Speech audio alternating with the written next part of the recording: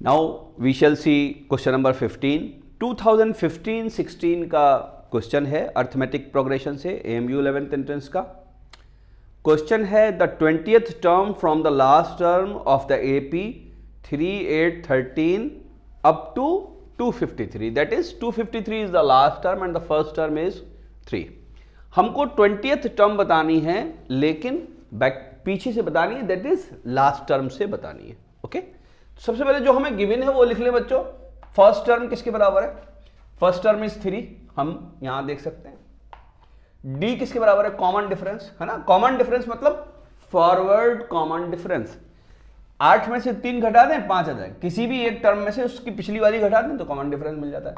चलिए भाई last term और लिख लेते हैं क्योंकि ये दे रखा है 253।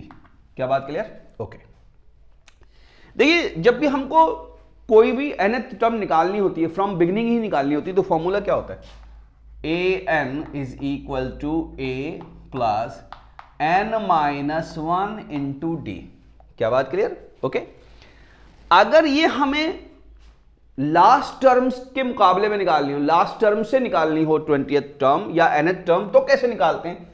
अगर हमें लास्ट से निकालनी होती है तो हम ये तो n ही लिखेंगे, ठीक है ना।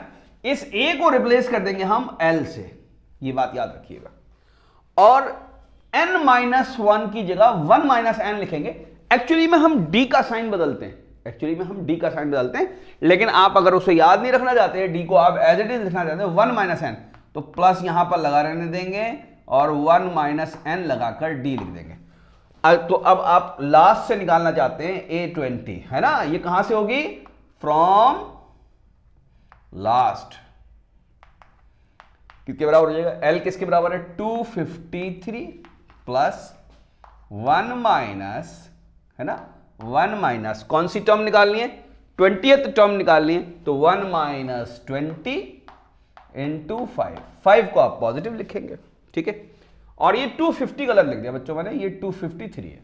ओके तो 253 माइनस 19 इंटू 5, 253 माइनस 19 इंटू 5 कितने होंगे? 95 हो जाएंगे, ठीक है, 95। ओके तो कितना हो जाएगा ये? 253 153 प्लस 5 दैट इज 158। क्या आंसर है? यस आंसर है 158 will be the 20th term from last term.